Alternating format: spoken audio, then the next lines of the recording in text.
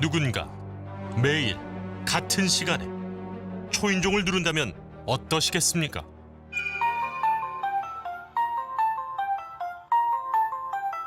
아, 하트를 날리네요, 지금? 무슨 상황입니까? 오후 11시, 밤 11시쯤에 배를 울려. 지금 문 앞에 이게 또 놓여 있었어. 그냥 딱 봐도 걔야. 나 지금 이거 몰래 카메라 있는지 확인해야 되니? 마치 초대라도 받은 듯 당당한 표정으로 바라봅니다. 소름 끼쳤죠. 그리고 어떻게 주소를 알았지? 집요한 스토킹이 결국 살해로까지 이어졌죠. 스토킹 때문에 신변 보호를 받던 30대 여성이 살해된 사건. 끔찍한 사건으로 이어지는 스토킹 범죄는 어제 오늘 얘기가 아닙니다.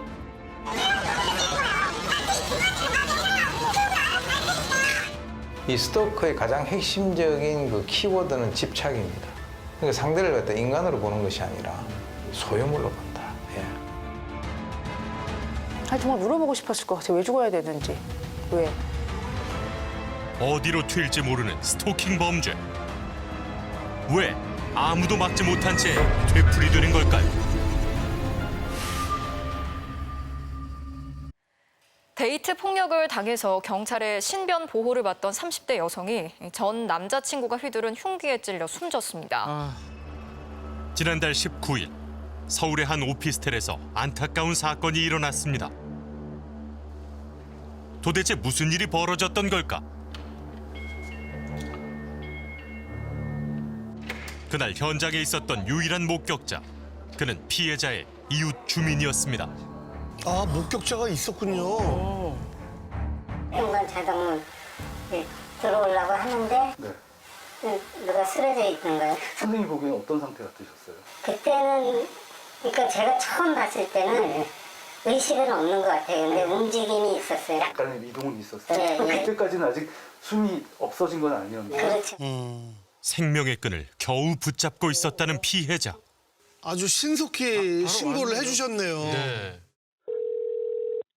네, 119입니다. 지금 저기 사람이 쓰러져서 지금 피 흘리고 쓰러져 있습니다. 남자분이에요, 여자분이에요? 여자분인 것 같아요. 피가 굉장히 흥건히 이렇게 흘러나와 있었던 상황이죠.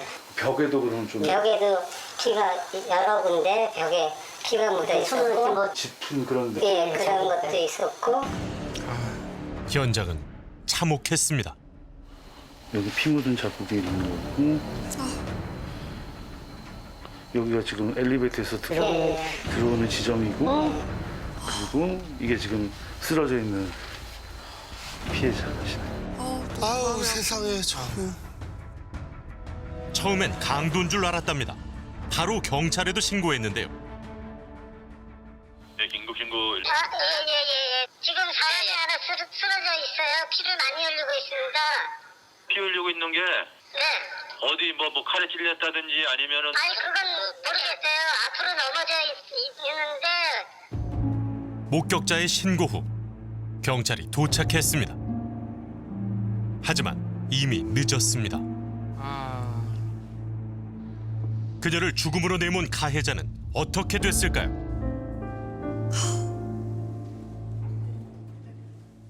그러면 선생님 목격했을 때는 그 가해자가 어떻게 네, 도망간 상태였죠. 그는 휴대전화도 꺼놓고 서울을 벗어나 지방으로 도주했습니다.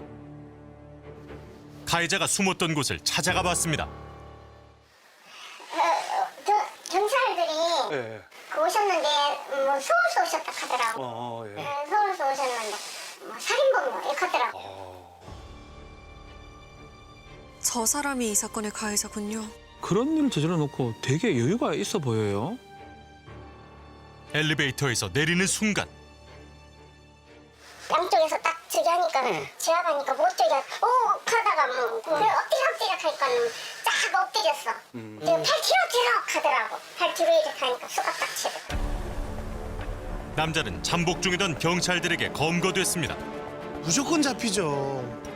신변 보호 중이던 전 여자친구를 흉기로 살해한 혐의로 구속된 35세 김병찬의 신상이 공개됐습니다. 서울 중구 스토킹 살인 사건의 범인, 그의 이름은 김병찬입니다. 스토킹을 피해 이사를 가려던 피해자. 흉기를 든 가해자와 맞닥뜨렸습니다. 그날 피해자도 신고했었는데요. 경찰이 지급한 스마트워치를 이용했습니다. 1분 1초가 급박한 상황. 그런데 경찰은 엉뚱한 곳으로 출동했습니다.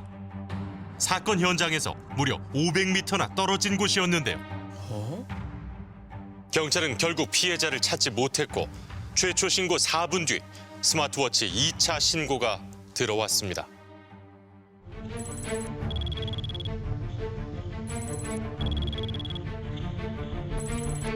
심지어 2번 신고를 했어요.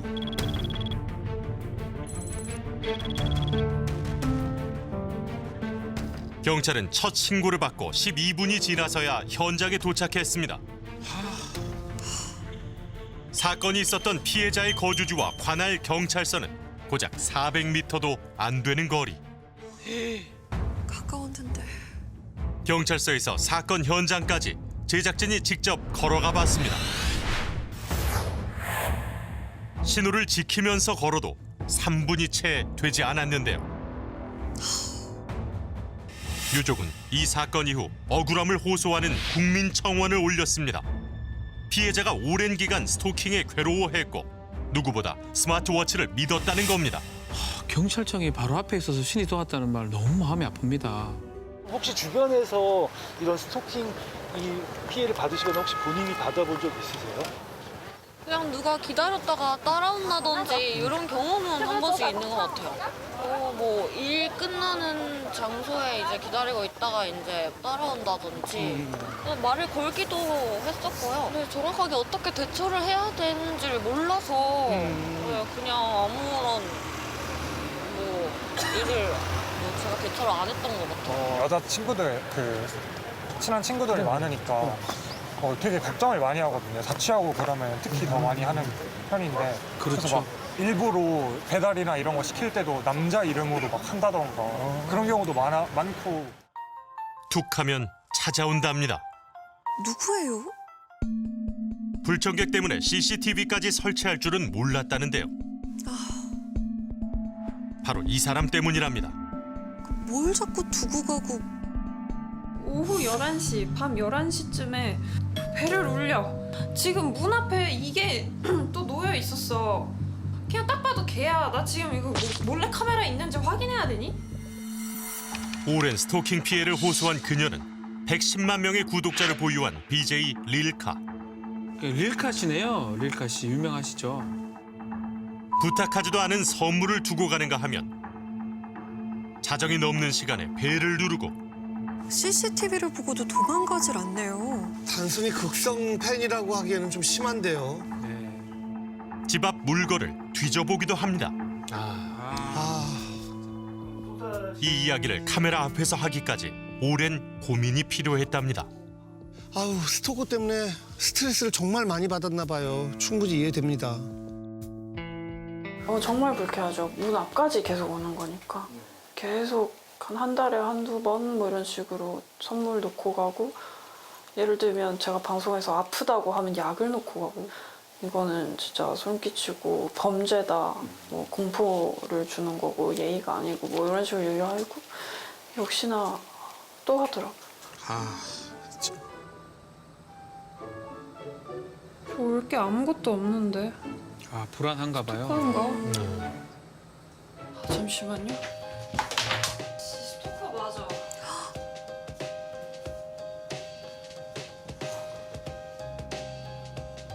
옛날에 전기장판 같은 게 놓여 있어서 제가 안 드리고 밖에 그냥 놨거든요. 버렸는데 없어져서 뭐 청소하시는 분이 치워놨는데 그걸 다시 갖다 놨네. 소름 끼치네. 저거 작년에 엄청 오래전에 버렸는데. 짜증나네. 무섭네. 무섭죠. 정말 충격적이었습니다.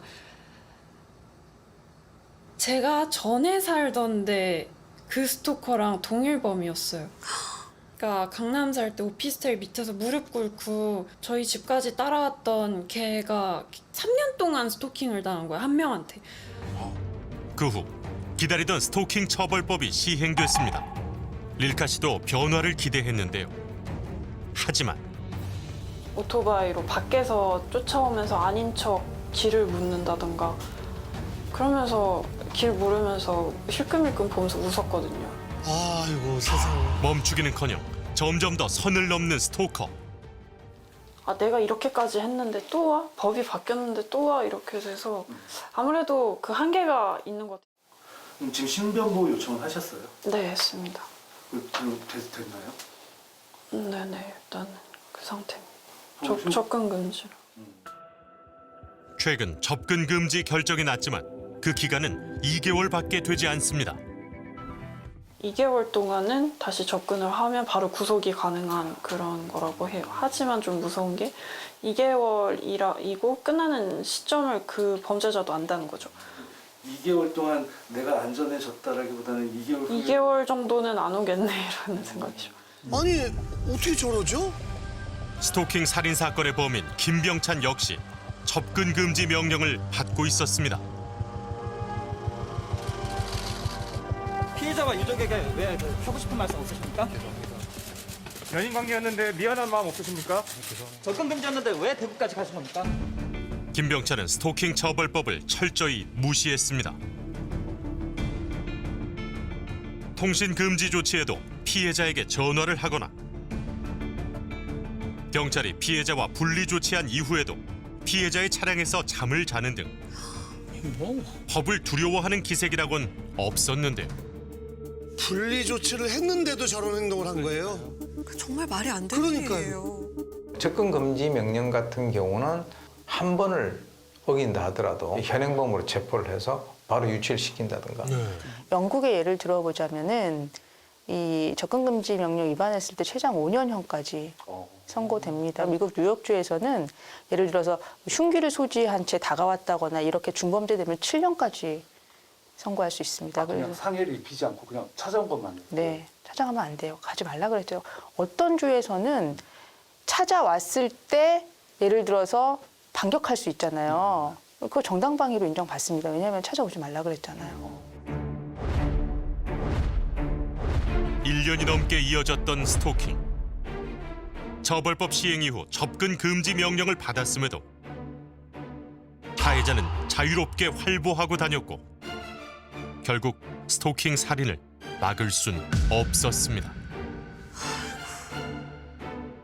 그렇다 보니 스토킹 범죄에서 피해자가 스스로를 지키는 데 한계가 있는데요. 워치를 누른다는 건 결국은 나한테까지 접근했다라는 네. 상황인 거죠. 그렇죠. 그때는 만약에 그때 그 사람이 죽일 생각으로 왔으면 그때는 이미 끝난 거잖아요. 범행을 막지는 못하는 것 같아요. 이 가해자의 위치를 알게 되시면 조금 편안하게 생활할 수 있을 것 같으세요? 늘 위치는 아니지만 100m 안에 들어왔을 때 알 수 있으면 정말 훨씬 나아질 것 같아요, 모든 게. 경찰의 신고도 할 수 있고 이 근처에 있다는 것만 알아도 적어도 제가 집 밖에 나갈 때 있는지 없는지 정도는 알 수 있게 되니까. 그렇죠. 네가 좀 잘 숨어봐 라고 한다거나 네가 조금 더 잘 피해 다녀 이렇게 하다 보면 피해자들이 모든 걸 다 잃어요. 그렇죠. 가해자가 그 행동을 중단하기 전까지는 피해자가 할 수 있는 건 없어요.